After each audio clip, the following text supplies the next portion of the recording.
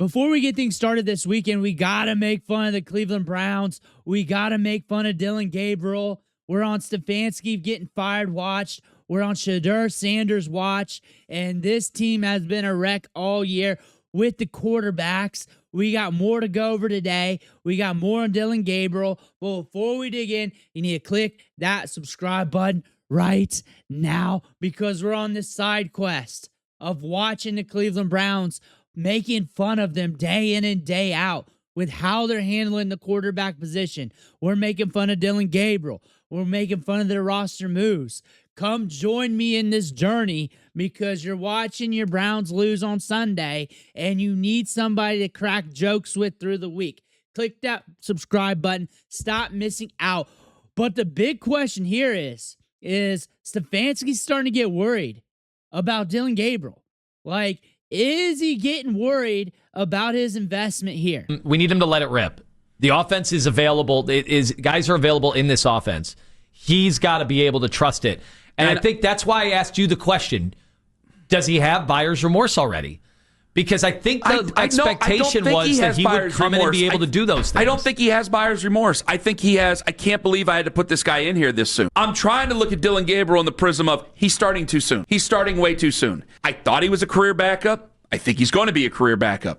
But I also know he's out there way too soon, and he's in a situation where it's not set up for his success. Dillon Gabriel is the worst quarterback in the league. He's by far the worst right now. Of all the starters, he's the worst quarterback in the league. One of the worst backups in the league right now from the data we got, considering you can't see all the backups. And he's been progressively getting worse by the game. He's looked bad in training camp, minicamp, and OTAs. He's looked horrible during then. Why is he still starting? We don't know. I mean, I don't know if it's a lack of confidence, but it sounded like someone who's just trying to cover for a quarterback who, you know, has the vast college experience and the supercomputer between his ears that this organization really, really loved. But I still can't believe they made the pick. I still can't believe this guy is starting games for this team. But here we are, and so they have to make the most of it. For me, when Kevin keeps talking about, well, it's not just about one player, it's about all of us. Well, then, okay, what are you doing to make that player better? Because I kind of feel like Dillon Gabriel's gotten worse, Anthony, as the starts have gone. His best start was actually in London against the Vikings.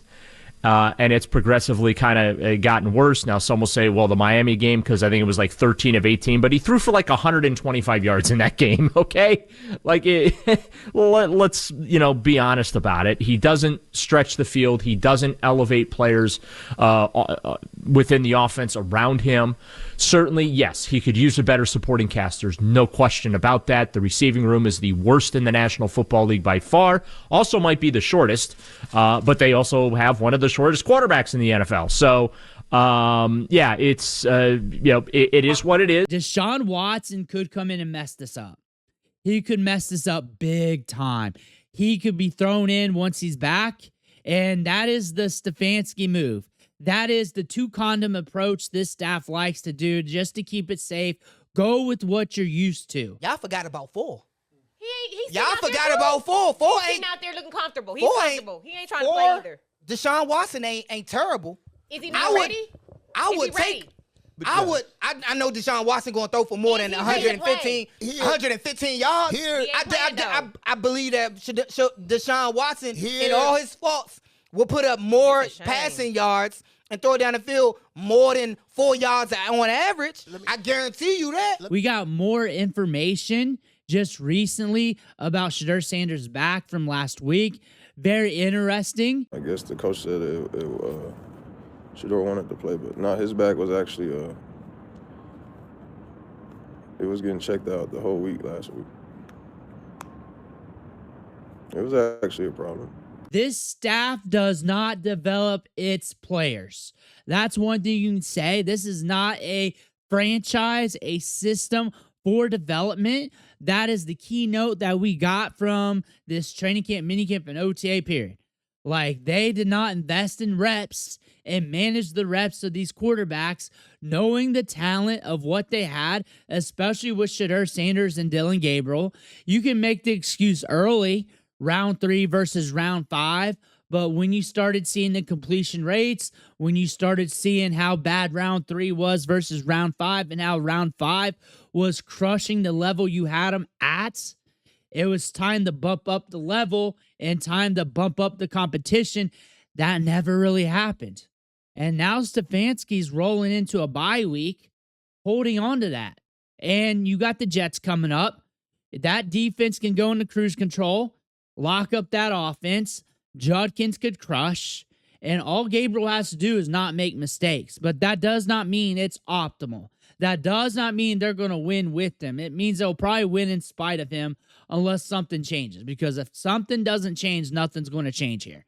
Nothing's going to change here. We saw this in training camp. We were calling this out during OTAs. He had some rough practices there. We said that's a gimme then. And then when it ramped up, that 3 to 4 practice window of completing like 20, 30% of his passes, getting picked off, balls batted down, that's when things heated up and should have been heating up. It heated up with me, not with them. And it should have. That's when the competition should have came up. A lot of people wanted them to be flip-flopped day one, giving the Browns some grace there, when really they shouldn't, considering all the moves throughout my life, your life, moving the Baltimore and everything else. But considering that, the Deshaun Watson contract, Baker Mayfield, drafting Johnny Manziel, we heard the 30 on 30 or whatever it is about him, and how much they had to prop him up just to get him through the draft process. They still spent the 3rd round pick.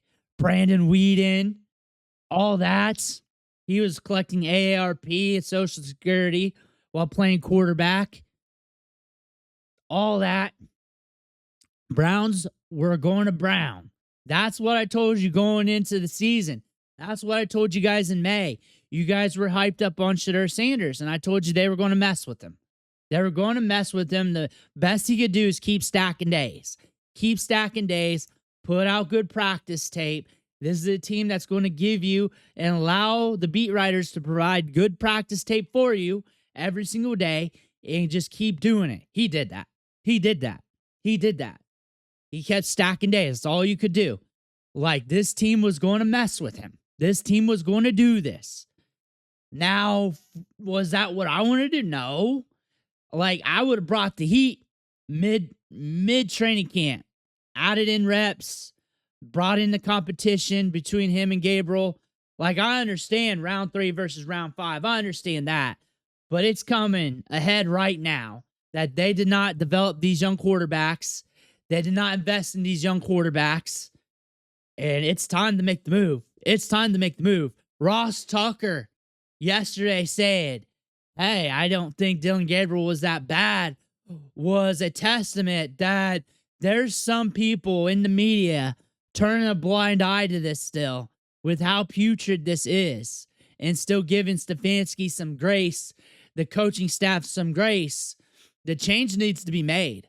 The change needs to happen. It's more than that. It's the building blocks getting up to here.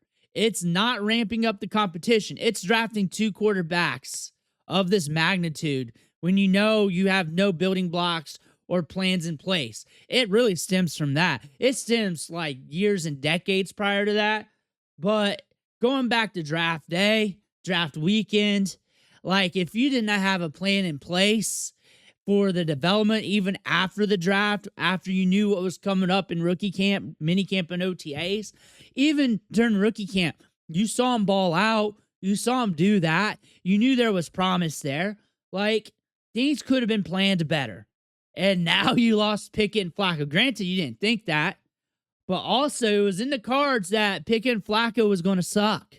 Like, if you had Pickett and Flacco, it was in the cards heavily that they were going to suck. Like, that was in the cards.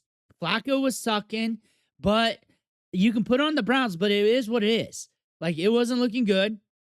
Pickett's never looked good. Now you're looking at what you got now.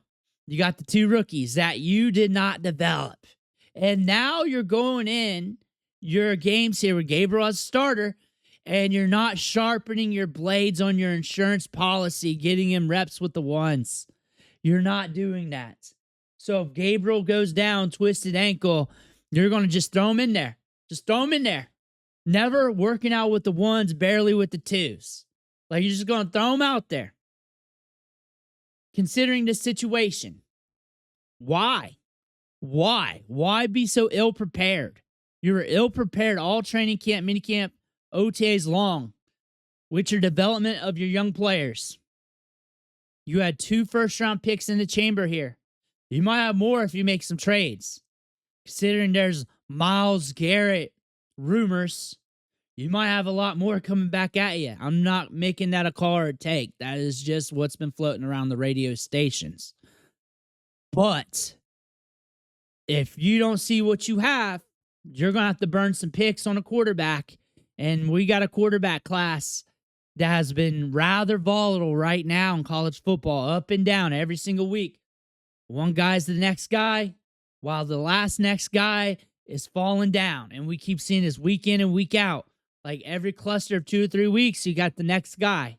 And that is very concerning right now in October going into November when you have a guy here that was pegged as a first-round pick that you got in the 5th round on a day 3 contract.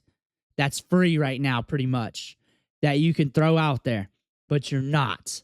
You're not until you're in a dire situation.